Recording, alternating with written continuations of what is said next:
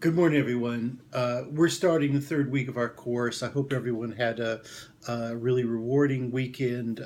Thank you very much for submitting your papers on time, your reports from last week. I'm in the process of reading them now, and I will have them returned within roughly 24 hours. Now, as everyone knows, we are moving into a new part of this class, and in this new segment or new module of our class, what we're going to be doing is working on what we're calling an innovation report. Now, as everyone knows, and as I've sent you, the detailed instructions, models, some guidelines, and tips are on the in the classroom. Now, those are all very detailed and very precise, and of course I want you to look at them. Now, however, in this video, and the reason for making this video is to bring out and emphasize two really important parts of this report. The first part has to do with basically the focusing or the scope of the paper. There's a sort of don't and a do here. The don't is don't make it excessively general. Don't try to make an innovation for a company all over the United States or all over the subcontinent or all over Europe. Those entities are just too broad and they're basically impossible to research. What I want you to do, please, is focus on a very precise region. Now, the question that arises is, what do we mean by a region? And this is where you have some choices to make. I would, at the most broad, let me put it like that, I would do something like the New York metropolitan region, or the Washington metropolitan region, or metropolitan Paris. I know some of you are living abroad. That is certainly all right.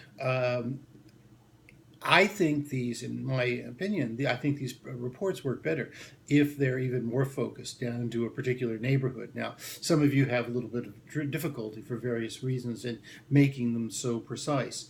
However, I think they work best when there's something, when they are basically focusing on a region that you know really very well and that can be limited to a very small area. Okay, so that's the one thing. Make sure they're regional specific. A question that I get often is, well, do I need background? That is, do you need background? And the answer to that is definitely and strongly no.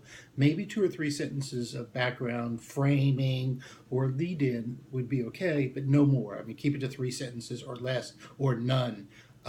As you can read on the instructions, you are assuming a very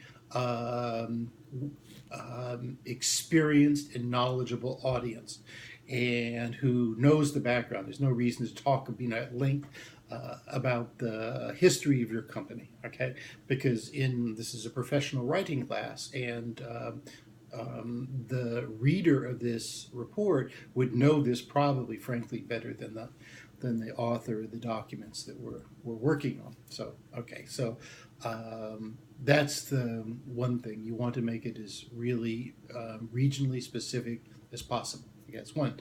The second thing that I wanted to bring out is that you should make sure that your research focuses on that area.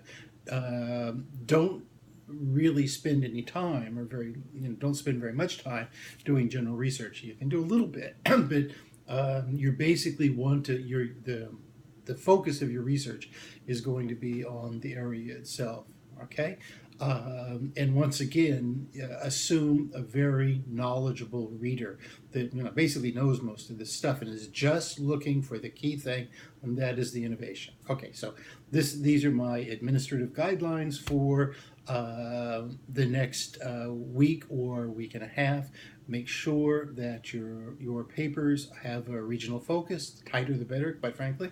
And secondly, that your research integrates into that regional focus. That is to say, broad and general research is not necessary or wanted. You want to take a close look at the area that you are writing about. Okay, so I hope that helps, and please be sure to contact me as needed. I'm just happy to help you at any time throughout the week. So thank you very much.